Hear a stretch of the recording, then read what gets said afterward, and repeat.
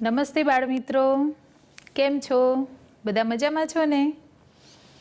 આપણે શીખવાનું હવે ચાલુ કર્યું છે નવા વર્ષમાં, તો એ જ કાર્યક્રમને આગળ વધારીએ.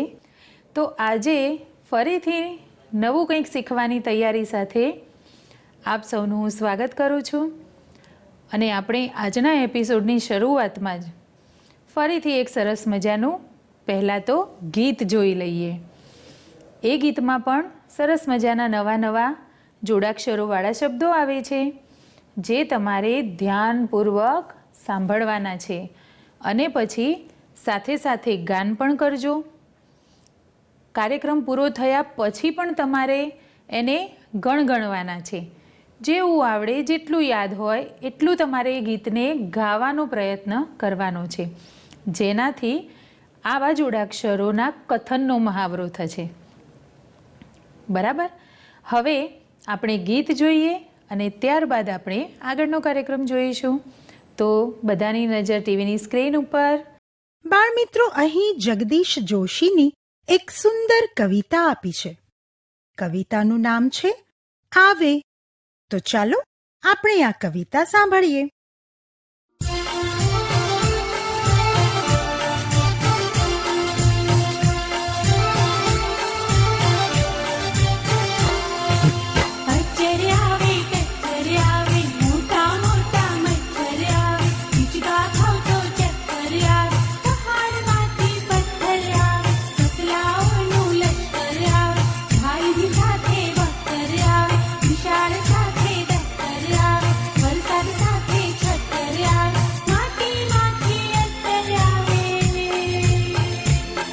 બાળમિત્રો, ગીત ગાવાની કેવી મજા આવી? અચ્ચર આવે, કચ્ચર આવે, મોટા મોટા મચ્છર આવે. મજા આવી ને? તો બને એટલું ગીતને યાદ રાખવાનો પ્રયત્ન કરવાનો અને એને ગણગણવાનો પ્રયત્ન કરતા રહેજો. એમાં આવેલા નવા શબ્દો લખજો પણ ખરા. બરાબર? હવે આપણે બીજી એક નવીન પ્રવૃત્તિ કરવાના છીએ. એમાં આપણે એક સરસ મજાના ફકરાનું વાંચન કરવાના છીએ. ટીવીની સ્ક્રીન ઉપર તમને પણ હું વાંચન કરીને બતાવીશ અને સાથે સાથે તમારે પણ ત્યાં બેઠા બેઠા એનું વાંચન કરવાનું છે. તો આપણે સૌ પ્રથમ વાંચન કરીએ. બાળમિત્રો, અહીં તમને ટીવીની સ્ક્રીન ઉપર એક ફકરો દેખાય છે. તો આપણે આ ફકરાનું વાંચન કરીએ. સૌ પહેલાં અહીં ઉપર કંઈક લખેલું છે અને એ અલગ કલરથી છે અને નીચે ફકરો અલગ કલરથી છે. એનો મતલબ કે આ જે ઉપર જે શબ્દ લખેલો છે એ આ ફકરાનું શીર્ષક છે. જેવી રીતે વાર્તાનું શીર્ષક હોય ને, આપણે વાર્તા સાંભળી, મોટી લાંબી વાર્તા હતી, પણ વાર્તાનું શીર્ષક શું હતું? નાનીને ઘેર જવા દે. એ વાર્તાનું નામ હતું. એવી રીતે આ ફકરાનું શીર્ષક છે ચારું. મારા પહેલાં બધાએ વાંચન કરી લીધું છે, તો ચાલો ફરીવાર વાંચો, ચારું. તો હવે આપણે ફકરાનું વાંચન કરવાની શરૂઆત કરીએ. તો પ્રથમ લીટીથી આપણે શરૂ કરીશું. બધાનું ધ્યાન અહીંયા. શબ્દોનું ચોખ્ખું સ્પષ્ટ ઉચ્ચારણ આપણે કરીશું અને બધા મારી સાથે વાંચન કરશે જ. ચારું આજે ખૂબ ખુશ હતી. તે કાલે પિકનિક પર જવાની છે. તે પોતાની બેગમાં સામાન મૂકતી હતી. તેણે બેગમાં ખાવા પીવાનો સામાન મૂક્યો. પાણીની એક બોટલ મૂકી. થોડા ફળ મૂક્યા અને સાથે તેની મનપસંદ વાર્તાની ચોપડી પણ મૂકી. પછી વિચારવા લાગી, બીજું શું મૂકું? બાળમિત્રો, આનું ઉચ્ચારણ મેં અલગ રીતે કર્યું. કેમ? કારણ કે આપણે પ્રશ્નનું વાંચન કરી રહ્યા છીએ. તો પ્રશ્નનું વાંચન આપણે જેમ પ્રશ્ન પૂછતા હોઈએ એ જ રીતે કરવું પડે ને. તો ચાલો મારી સાથે ફરીથી એ જ રીતે વાંચન કરો. બીજું શું મૂકું? આ વિચારતા વિચારતા સૂઈ ગઈ. જ્યારે તે ઉઠી તો સવાર પડી ગઈ હતી. તે જલ્દીથી તૈયાર થઈ ગઈ અને પોતાના દોસ્તો સાથે પિકનિક પર ચાલી ગઈ. અહીં ચારુને પિકનિક પર જવાનું છે અને એના આગલા દિવસે એ જે તૈયારી કરે છે એની વાત અહીંયા કરેલી છે કે પહેલાં આપણે ફકરાનું વાંચન કરીશું અને પછી એને લગતા પ્રશ્નો જોઈશું. બાળમિત્રો, અહીં આપણને એક ફકરો દેખાય છે. ફકરામાં જે વિગત આપેલી છે આપણે સૌપ્રથમ તેનું માત્ર વાંચન કરી લઈએ. બરાબર? તો તૈયાર, બધાનું ધ્યાન અહીં. તો શરૂ કરીએ વાંચન. બિલાડી મ્યાઉ મ્યાઉ કરતી ઘરમાં આવી. અમુક બાળકો તો વાંચન નથી કરતા. ચાલો બધાનું ધ્યાન અહીં. અને ફરીથી આપણે આ પ્રથમ લીટીનું વાંચન કરીશું. બિલાડી મ્યાઉ મ્યાઉ કરતી ઘરમાં આવી. બચ્ચા એનો અવાજ સાંભળી એ તરફ દોડવા લાગ્યા. બિલાડીનું ધ્યાન પણ એમના તરફ ગયું. બધા બચ્ચા બિલાડીને તુરત જ વળગી પડ્યા. બાળમિત્રો, જો આ ફકરાનું હું તમને શીર્ષક આપવાનું કહું તો તમે શું આપશો? હા, બિલાડી આપી શકાય ને. તો આપણે બિલાડીની જે વિગત આપેલી છે એના ફકરાનું આપણે વાંચન કર્યું. હવે આપણે પ્રશ્નો જોઈએ. બાળમિત્રો, આપણે અહીં જે વાર્તાનું આપણે વાંચન કર્યું, બિલાડીની વિગત, એને લગતા આપણે પ્રશ્નો હવે જોઈએ. તો ચાલો સૌ પ્રથમ આપણે પ્રથમ પ્રશ્નનું વાંચન કરીએ.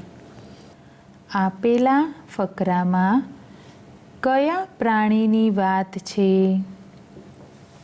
પ્રશ્ન પૂછ્યો છે એટલે આપણે એનું વાંચન પ્રશ્નની રીતે જ કરીશું. ફરીથી વાંચીએ.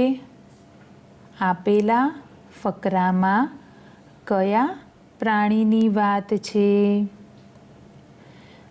તો બોલો. ખૂબ સરસ, બધાએ એક સાથે જવાબ આપી દીધો. તો આપેલા ફકરામાં બિલાડીની વાત છે. બિલાડી પ્રાણી જ છે ને, અને આપણે ફકરાનું વાંચન કરી ચૂક્યા છીએ. તો કોની વાત હતી? બિલાડીની. તો આપણે અહીં લખી દઈશું બિલાડી.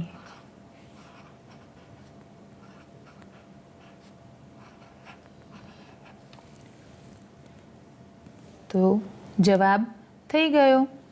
હવે આપણે બીજો પ્રશ્ન જોઈએ. ફકરામાંથી જોડાક્ષરવાળા 2 શબ્દ લખો.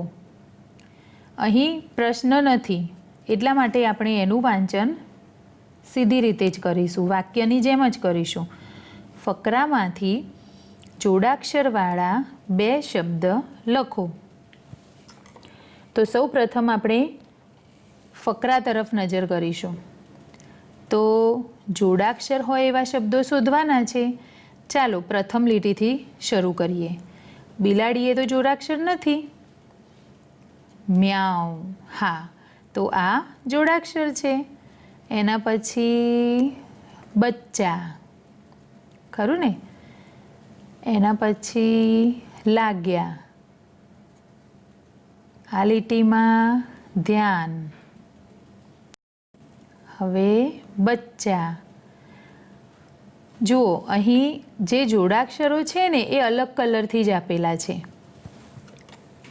તો આપણે જે જોડાક્ષરો લેવા છે ને એની નીચે પહેલાં લીટી કરી દઈએ. તો અહીં તો આપણને બે જ શબ્દ કીધા છે, એટલે ટોટલ 1 2 3 4 5 શબ્દો છે, પણ આપણે એમાંથી બે જ શબ્દોનું લેખન કરીશું. તો પહેલો શબ્દ છે મ્યાઉ. તો આપણે અહીં લખી દઈશું, મ અડધો કરીશું, મ્યાઉ. અને બીજો શબ્દ છે ધ્યાન.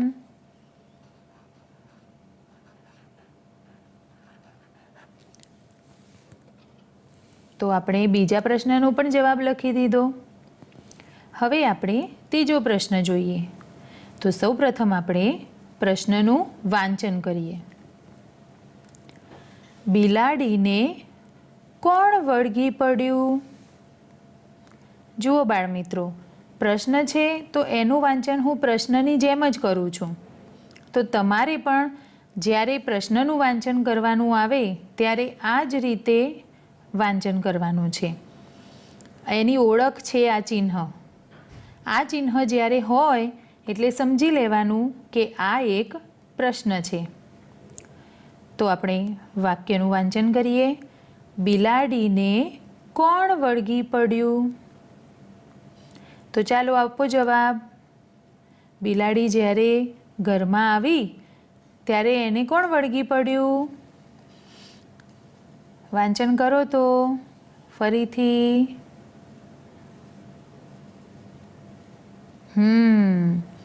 બચ્ચા બિલાડીને તુરત જ વળગી પડ્યા. છેલ્લા વાક્યમાં આ પ્રશ્નનો જવાબ છે. તો ચાલો, કોણ વળગી પડ્યું? તો બચ્ચા.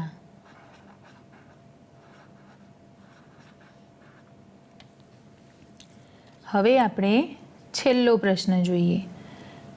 પહેલાં એનું વાંચન કરીએ. બિલાડી શું કરતી કરતી ઘરમાં આવી? તો એનો જવાબ તો પહેલા વાક્યમાં જ છે. બિલાડી મ્યાઉ મ્યાઉ કરતી ઘરમાં આવી. તો અહીં આપણે લખીશું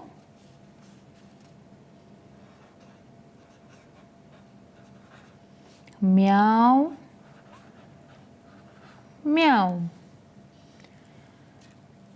હવે આપણે એનો જે જવાબ આવતો હતો એ તો લખી દીધો, પણ એકલા શબ્દથી આપણે અહીં જવાબ આપવાનો નથી.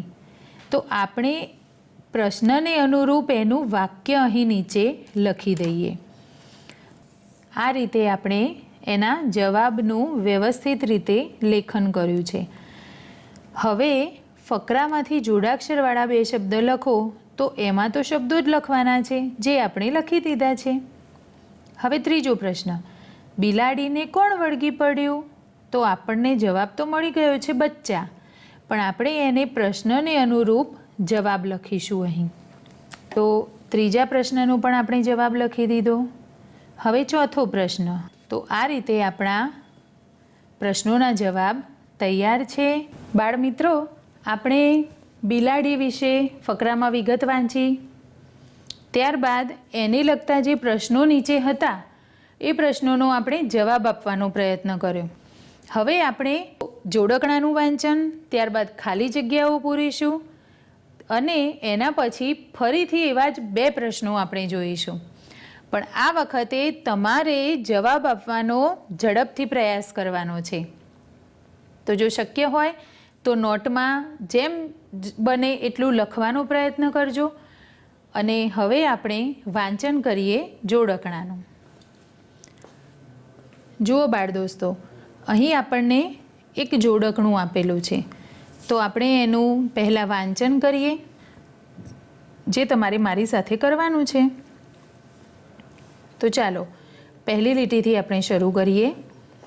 વાહલી વાહલી મારી ગાય, વાછડા સાથે આવી ગાય, આમ તેમ ફરતી ગાય, ગળાની ઘંટડી વગાડતી ગાય, ચરીને જ્યારે આવતી ગાય, ઘેર આવી ભાંભરતી ગાય.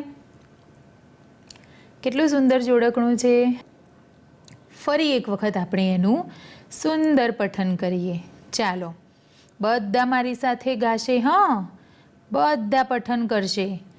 વહાલી વહાલી મારી ગાય, વાછડા સાથે આવી ગાય. આમ તેમ ફરતી ગાય, ગળાની ઘંટડી વગાડતી ગાય. ચરીને જ્યારે આવતી ગાય, ઘેર આવી ભાંભરતી ગાય. ખૂબ સરસ. બધાએ ખૂબ જ સુંદર રીતે મારી સાથે પઠન કર્યું છે. હવે આપણે એને જ લગતી ખાલી જગ્યાઓ પૂરવાની છે. 1, 2 અને 3 ખાલી જગ્યા આપેલી છે. જે જગ્યા છે ત્યાં કોઈ શબ્દ આપણે મૂકવાનો છે, પણ એ શબ્દ આપણે વિચારીને મૂકવાનો છે. પહેલાં આપણે વાક્યનું વાંચન કરીશું અને પછી વિચારીશું કે અહીંયા કયો શબ્દ આવશે. અહીં 3 શબ્દો આપેલા છે, તો જે જવાબ આવશે એ આ 3 શબ્દોમાંથી જ એક જવાબ અહીં આવશે. તો કયો જવાબ યોગ્ય છે એ પણ આપણે અહીં વિચારવાનું છે. તો ચાલો આપણે પહેલા વાક્યનું વાંચન કરીએ. ગાય આપણને ખાલી જગ્યા આપે છે. અમુક બાળકોએ તો જવાબ પણ આપી દીધો. તો પણ આપણે આ શબ્દો જોઈ લઈએ. પહેલો છે દૂધ, બીજો છે પાણી અને ત્રીજો છે ચા. તો ગાય આપણને શું આપે? હા, ગાય આપણને દૂધ આપે. તો સાચો જવાબ છે દૂધ.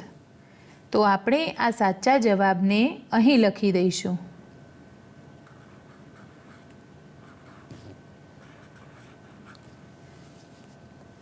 તો આપણું વાક્ય તૈયાર થઈ ગયું. અહીં ગાય આપણને દૂધ આપે છે. હવે આપણે બીજું વાક્ય જોઈએ. વાંચન કરીએ પહેલાં. ગાયના ગળામાં ખાલી જગ્યા વાગતી હતી.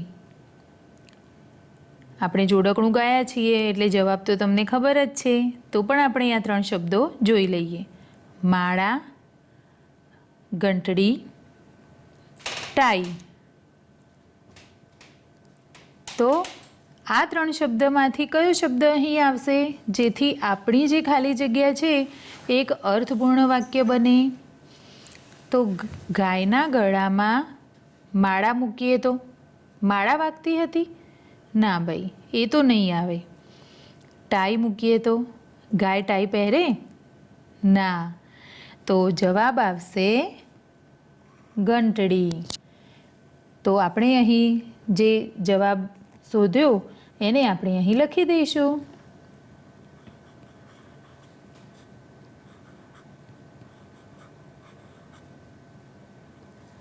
ઘંટડી. તો આપણે હવે એનું જવાબ સાથે વાંચન કરીએ. ગાયના ગળામાં ઘંટડી વાગતી હતી. આપણો જવાબ પૂરો. હવે આપણે ત્રીજું વાક્ય જોઈએ. વાછરડાને જોઈ ગાય ખાલી જગ્યા હોય છે. તો આપણે જોડકણામાં જોયું હતું. તો પણ આપણે એના જે 3 જવાબો આપણા આપેલા છે વિકલ્પો એ જોઈ લઈએ. ભાંભરતી, ખાતી, પીતી. હા, પોતાના વાછરડાને જોઈને ગાય ભાંભરવા લાગે છે. તો વાછરડાને જોઈ ગાય જવાબ આવશે ભાંભરતી હોય છે. તો ચાલો અહીં લખી દઈએ. ભાંભરતી. તો 3 ખાલી જગ્યાઓનો આપણે સાચો જવાબ એના વિકલ્પોમાંથી શોધીને લખી દીધો છે. આપણે એક વખતે એનું વાંચન કરી લઈએ. વાછરડાને જોઈ ગાય ભાંભરતી હોય છે. તો બાળમિત્રો, આપણે 3 ખાલી જગ્યાઓનો જવાબ લખી દીધો છે. હવે આપણે જઈશું પ્રશ્નો તરફ. તો જેમ હમણાં આપણે પ્રશ્નોના જવાબ આપ્યા એ જ રીતે આપણે આ બંને પ્રશ્નોના જવાબ આપવાના છે. તો વાંચન કરો. ગાય કોની સાથે આવી છે? બોલો તો. જુઓ, આ જે બીજી લીટી છે એમાં આપેલું છે વાછડા સાથે આવી ગાય. તો આપણે અહીં એનો જવાબ લખી દઈશું. તો પ્રથમ પ્રશ્નનો જવાબ આપણે ખૂબ જ સરળતાથી આપી દીધો અને એનું લેખન પણ કરી દીધું. હવે વાંચન કરી લઈએ. તો ચાલો મારી સાથે બધાએ વાંચન કરવાનું છે. ગાય વાછરડા સાથે આવી છે. હવે આપણે બીજો પ્રશ્ન જોઈએ. બીજો પ્રશ્ન છે, ગાયના ગળામાં શું વાગે છે? ફરીથી વાંચન કરીએ. ગાયના ગળામાં શું વાગે છે? બોલો તો. જુઓ અહીં, ગળાની ઘંટડી વગાડતી ગાય. અમુક બાળકોએ તો તરત જ જવાબ આપી દીધો. તો જવાબ આવશે ઘંટડી. તો આપણે અહીં લખીશું, ગાયના ગળામાં ઘંટડી વાગે છે. તો આપણે જોડકણાનું વાંચન કર્યું. એમાંથી જ જવાબ આવે એવી 3 ખાલી જગ્યાઓ પૂરી અને 2 પ્રશ્નોના જવાબ લખ્યા. હવે આપણે એવા જ ભાગ પાડીને મૂળાક્ષરોનું વાંચન કરીશું જેની અંદર જોડાક્ષરો આવે છે. તો એવા જોડાક્ષરોયુક્ત શબ્દોનું વાંચન કરવાનું છે અને એ પણ સાચી રીતે. તો તૈયાર? બધાની નજર સ્ક્રીન ઉપર. બાળ દોસ્તો, મેં જે તમને વાત કરી કે આપણે શબ્દોના અક્ષરોને અલગ અલગ પાડીને નથી વાંચવાના, પણ જ્યારે તમે વાંચનની શરૂઆત કરો છો ત્યારે અલગ અલગ વાંચો જેથી એનું સાચું વાંચન થાય, પણ પછી એને સળંગ પણ વાંચવાનો આપણે પ્રયત્ન કરવાનો છે. તો આપણે અહીં થોડાક શબ્દો આપેલા છે, એ શબ્દોનું આપણે એ જ રીતે વાંચન કરીએ. બધાનું ધ્યાન અહીં. તો પહેલો શબ્દ છે ધ્યાન. તો પહેલાં એનું વાંચન કઈ રીતે કરશો? ધ્યાન. પણ જો આપણે રોજ આ જ રીતે વાંચન કરીએ તો એ વાંચનની રીત ખોટી છે. ધ્યાન. પણ અહીં જે નીચે સળંગ શબ્દ આપેલો છે એ કઈ રીતે વાંચીશું? ધ્યાન. ફરીથી ધ્યાન. ધ્યાન. બરાબર? એ જ રીતે આપણે આગળના શબ્દો જોઈએ. વસ્તુ. વસ્તુ. ખૂબ સરસ. હવે બધાને ખ્યાલ આવી ગયો છે. તો આગળના શબ્દો પણ એ જ રીતે આપણે વાંચીએ. લાવ્યા. લાવ્યા. દોસ્તી. દોસ્તી. ખૂબ સરસ. હવે આપણે આ શબ્દ જોઈએ. આરોગ્ય. આરોગ્ય. અન્યાય. અન્યાય.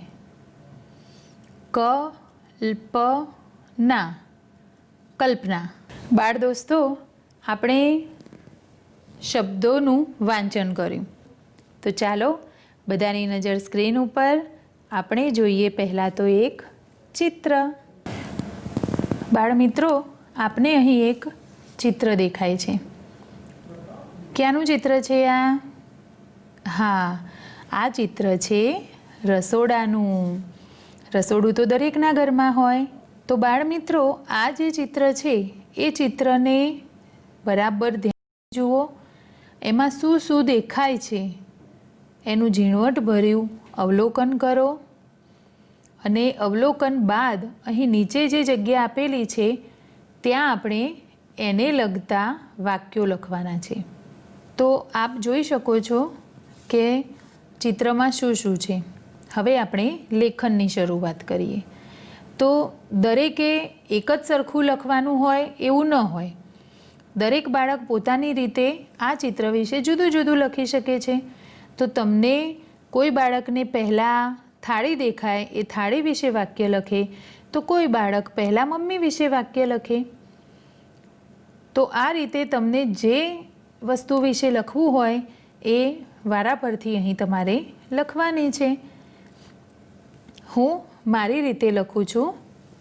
પહેલું જ વાક્ય આપણે ચિત્ર વિશે લખી દીધું કે આ ચિત્ર શાનું છે? તો આ ચિત્ર રસોડાનું છે. હવે બીજું વાક્ય હું લખું. તો આપણે તો બીજું વાક્ય પણ લખી દીધું. મમ્મી રસોઈ બનાવે છે. પ્રથમ વાક્ય વાંચન કરીએ. આ ચિત્ર રસોડાનું છે. મમ્મી રસોઈ બનાવે છે. હવે બાકીનું જે અવલોકન છે એ તમે તમારી જાતે કરો અને અહીં બાકીના 2 વાક્યો તમારે લખવાના છે. 2 વાક્યો અહીં લખજો, આમાં ઉમેરજો અને એની નીચે તમારા ઘરના રસોડા વિશે પણ તમારે લખવાનું છે. તમારા ઘરના રસોડામાં જ બેસી જવાનું અને જે વસ્તુ દેખાય, જે કંઈ તમને લખવાની ઈચ્છા થાય એને લગતા વાક્યો બનાવીને તમારે લખવાના છે. બાળમિત્રો, આપણે ચિત્ર વિશે સરસ મજાનું લેખન કર્યું અને જે પ્રમાણે મેં તમને ગૃહ કાર્ય આપ્યું એ મુજબ તમે ચોક્કસથી લખજો અને વાલીઓને પણ વિનંતી કે બાળકોને આ માટે મદદ કરશે. હવે બાળકો, આપણે આજના એપિસોડમાં શું શું કર્યું? ગીત ગાયા, અચ્ચર આવે કચ્ચર આવે. આપણે ચારુવાળા ફકરાનું વાંચન કર્યું. એના પછી બિલાડીવાળા ફકરાનું વાંચન અને એને લગતા પ્રશ્નોના જવાબ લખ્યા. ત્યારબાદ આપણે ગાયના વાછરડાનું જોડકણું જોયું, એને 2 થી 3 વાર ગાયું, એને લગતી ખાલી જગ્યાઓ અને પ્રશ્ન લખ્યા. શબ્દોનું વાંચન કર્યું. શબ્દોનું વાંચન પહેલાં અલગ અલગ રીતે અને પછી સળંગ રીતે કર્યું અને પછી આપણે હમણાં ચિત્રનું અવલોકન કર્યું અને ચિત્ર વિશે આપણે લેખન કર્યું અને નવેસરથી નવી પ્રવૃત્તિઓ, નવી લેખન સામગ્રી અને નવું કંઈક શીખવાની તૈયારી સાથે ફરીથી મળીશું. આવજો.